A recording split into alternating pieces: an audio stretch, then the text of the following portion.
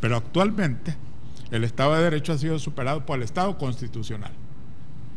El Estado constitucional, que además de tener las características de separación de poderes, institucionalidad democrática y cumplimiento de derechos fundamentales, el Estado constitucional tiene tres características más que son las que le dan cuerpo a esta nueva forma de manifestarse el Estado. Uno, la supremacía constitucional. El Estado constitucional garantiza la supremacía constitucional, cosa que el Estado de Derecho clásico no lo hacía. El Estado de Derecho clásico tenía básicamente el principio fundamental del Estado de Derecho clásico era el principio de legalidad. La ley, tal como lo concibió la Revolución Francesa, como una declaración de la voluntad general, era lo más importante. Ahora no. Con el Estado constitucional lo más importante es la supremacía constitucional. La Constitución está por encima de leyes, decretos, órdenes, reglamentos, etcétera. Y lo declara en su artículo 246 cuando dice de que los principios, derechos y deberes establecidos en la Constitución no pueden ser alterados por la ley que regula en su ejercicio. Aquí tenemos ya algo que el Estado constitucional hace diferencia con el Estado de Derecho clásico. Y la otra cosa es de que el Estado constitucional, y aquí vienen las cosas que probablemente a nuestros funcionarios no les gustan, ¿no?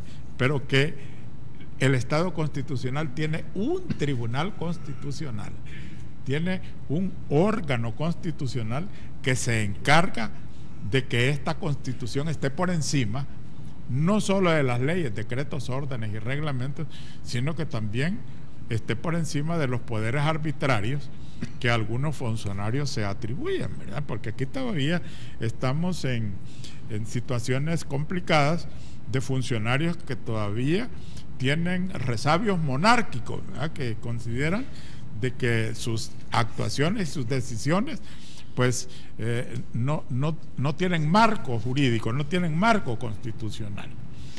A veces puede ser que nuestra Constitución no tenga las reglas precisas para que los funcionarios actúen. Pero, por ejemplo, la Constitución española dice algo muy importante que la Constitución nuestra no lo dice, de que hay ciertos principios que deben de acompañar a una Constitución para que los funcionarios no se salgan de la órbita, ¿verdad? Uno de ellos, por ejemplo, es la interdicción a la arbitrariedad. El Estado constitucional no acepta bajo ningún concepto los poderes y las decisiones arbitrarias. Y otra cosa es la publicidad de las normas. A veces aquí, además de que tenemos una cantidad de leyes enormes, la mayoría de ellas malas, por ejemplo, pero además de eso ni siquiera se conocen, porque todavía creemos, no sé, pero todavía estamos creyendo de que el diario oficial suple esa deficiencia y que basta con que la ley esté publicada en el diario oficial para que se tenga por conocida. Eso formalmente es válido, pero en una sociedad compleja como la nuestra en este momento se necesita de que haya un dispositivo de divulgación y de comunicación de las leyes para que la gente las conozca. A eso se refiere la Constitución española cuando dice la publicidad de las normas. Entonces, pues tenemos de que el Estado de Derecho clásico ha variado cuando ha llegado y ha trascendido a ser Estado constitucional con esas tres características importantes que hemos señalado. Bien, cuando el Estado constitucional o el Estado de Derecho no se cumple dentro de un Estado, entonces vienen ciertas reacciones, podríamos decir, ciertas reacciones internas y externas, como por ejemplo en el caso del Fonmilenio, de que prácticamente una de las pruebas que el Estado de El Salvador no ha pasado y parece ser de que todavía hay funcionarios que no quieren que pase esa prueba, es precisamente el Estado de Derecho. Y cuando no hay Estado de Derecho, lo demás se cae. Todas las demás cositas que probablemente el Estado de El Salvador está cumpliendo para merecer los fondos del milenio, puede hacerte que las haya cumplido, pero si no cumple con el Estado de Derecho, se le viene al suelo todo. Bueno, esa es una de las cosas a que me quería referir de las intervenciones de las redes, pero quiero agregar algo que es muy importante. La gente siempre está preocupada por la ley de amnistía, y tanto René y sus servidores estuvimos en la época en que conocimos de la inconstitucionalidad de la ley. Nosotros dijimos en la resolución que dimos de que los delitos de lesa humanidad no están contemplados en la ley de amnistía, los que no prescriben, y que en consecuencia los jueces podían conocer de aquellos casos en que se hubieran cometido delitos de lesa humanidad y que no son considerados como delitos políticos. La resolución de la Sala de lo Constitucional nunca dijo que esos delitos se consideraban como delitos políticos. Se declaró de que la ley estaba conforme a la Constitución, porque eso es lo que dice la Constitución, ¿verdad? De que son amnistiables los delitos políticos y los delitos comunes conexos con los delitos políticos. Nada tienen que ver aquí los delitos de lesa humanidad. A eso esta aclaración, porque en este momento hay una demanda de inconstitucionalidad que la Sala de lo Constitucional lo va a resolver con su criterio propio, ¿verdad? Ya una vez ya fue resuelta, entonces la Sala tendría, para cambiar ese precedente, porque es un precedente que está allí, que la Sala tiene que argumentar adecuadamente cómo va a cambiar ese precedente, porque todo el derecho constitucional y el derecho procesal constitucional descansa sobre una cuestión que es básica en esta materia, que son los precedentes constitucionales. Si usted todos los días va a estar cambiando los precedentes, entonces prácticamente introduce un elemento de inseguridad jurídica dentro de las cosas del Estado. Doctor Hernández Valiente, en los últimos años hemos visto movimientos políticos que han tomado forma de ley en decretos como el famoso 743, ¿verdad? Que trataba de amarrar a unanimidad las decisiones constitucionales, algo que ni siquiera en Estados Unidos había visto. De hecho, ya se toman las decisiones por mayoría en la Corte Suprema del país. La ley de información que no se cumple, y también tenemos a funcionarios de la Asamblea Legislativa que de alguna manera niegan la autoridad constitucional de la Sala de lo Constitucional. Digo esto porque estaremos en presencia de un Estado no perfecto constitucional al que hacía alusión el doctor Mario Solano. A mí no me gusta hablar de Estado fallido porque pertenezco al grupo de optimistas que pensamos que las cosas se pueden arreglar, ¿no? Y de hecho, si observamos una realidad fácilmente identificable, podemos decir que nuestro país es una democracia a prueba. Y esta democracia a prueba, ¿por qué es a prueba? Porque es frágil la democracia, pero es vital. Históricamente, desde la antigua, no diría Roma, hasta Grecia, la democracia demos pueblo kratos poder, ¿verdad? Entonces, siempre se pensó que era no un mal menor, pero era el sistema que más se podía identificar con la persona humana.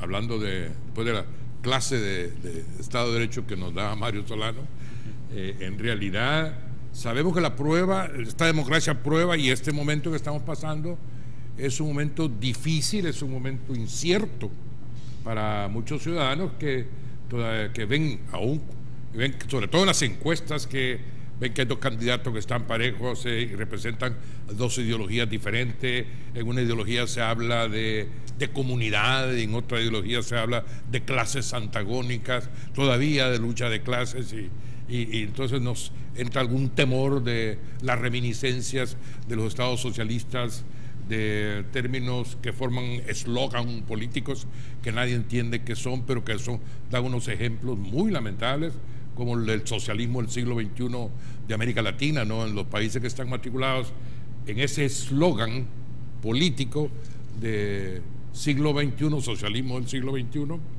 en realidad nos hacen despertar a los ciudadanos un pesimismo bastante grande, y vemos que hasta crea pulpos el socialismo del siglo XXI, en donde se podría llamar esto ya se ha dicho muchas veces, socialismo del siglo XXI, SADCB nacional, ¿no? Entonces, yo creo que la frustración, la depresión y sentirnos abusados, hasta en lo político, tenemos que ser optimistas. Yo pertenezco a ese grupo, reitero que el fenómeno social nuevo de la fuerza de la sociedad civil debe de ser un motivo de reflexión.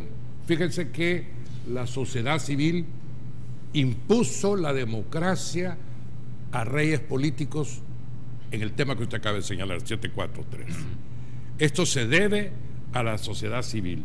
Venció la arrogancia legislativa, venció ese abuso que había en la Asamblea Legislativa y continúa pendiente de la sociedad civil. O sea que la sociedad civil sí tiene una presencia real en el país. Ya no es el ciudadano individualmente, René Hernández y yo nada más como ciudadano, el que voy a lanzar una lucha. No, él nació con una espontaneidad ante un aspecto negativo que se quería imponer a la ciudadanía, ¿no? El 743, el control de una persona en las fallos de la sala de lo constitucional. Pienso que ese hecho de que estén organizada la sociedad civil y esté pendiente de lo que está ocurriendo va a constituir un freno muy grande a lo que puede ocurrir de aquí en adelante. Nosotros con Mario tenemos que ser muy prudentes y no decir cuál va a ser la tendencia de la sala, por ejemplo, en cuanto a la ley de amnistía. Desde luego participamos de la idea de que la publicidad es un mecanismo de control social de la parte legislativa. Desde luego no nos gusta que se burle de la ley, se burle del Instituto de la Transparencia y se burle del pueblo, la Asamblea Legislativa, ocultando realidades que tenemos todo el derecho de conocer y de comentar y debatir, como es los nombres de los asesores, aunque ya los conocemos, lo que no sabemos es cuánto ganan, pero ¿por qué ocultarlos si de todas maneras entre el cielo y la tierra no hay nada oculto? Y mucho menos los nombres de los asesores en la Asamblea Legislativa pueden permanecer en el anonimato porque el recurso económico va a ser afectado en su bolsillo, porque no les alcanza para comer si pagan la multa, por favor. Yo creo que las reservas éticas que el país tiene son las que, contra los que van a luchar estos funcionarios que están tratando de abusar de nuestra paciencia. Hay profesionales, está la sociedad civil, hay gremios, trabajadores. Un periodista me comentaba hoy en una alusión muy clara al doctor René Fortín Magaña y al doctor Abraham Rodríguez, ¿no?, sobre los viejos sabios que con su sabiduría, en vez de estar dedicados a chinear a sus nietos, están participando activamente, orientando a la ciudadanía desde una posición ganada. También hemos visto, y lo estamos viendo el día de hoy y de ayer, la posición presidencial en cuanto a tratar de destruir reputación, porque al destruir reputación te destruyo como enemigo, ¿no? Entonces, y lo hace adjetivando, lo cual demuestra una pobreza, y la señalo muy claramente, en Mauricio Funes. Él fue un entrevistador a quien yo respeté mucho, y lo respeto como entrevistador del pasado, durante sus 20 años. Supongo que me habrá entrevistado por lo menos una vez al año o una vez a 6 meses, pero siempre tuve mucho respeto porque preparaba sus entrevistas y merecía mi respeto. En este momento merece mi crítica política. Si él va a usar adjetivos como para decirle a un diputado que accidentalmente es pariente mío, no es ni culpa de Mario Valiente ni culpa mía que seamos primos, pero tampoco decirle perro a un diputado, por favor. Como decirle que Duke Energy y Nejapa Power están en una cloaca de corrupción. Si tiene pruebas, que las presente. De lo contrario, está haciendo el juego de lo que en salvadoreño se llama el gallo chinguero del FMLN. Y que el presidente de la República sea eso, da vergüenza, honestamente. Y esa es la imagen que trasladamos de país. De la que hablamos. Vamos a hacer otra pausa comercial en Debate Político. Quédese con nosotros, que tenemos mucho más, por supuesto, que ofrecerles esta noche, acá, Canal 33. Volvemos.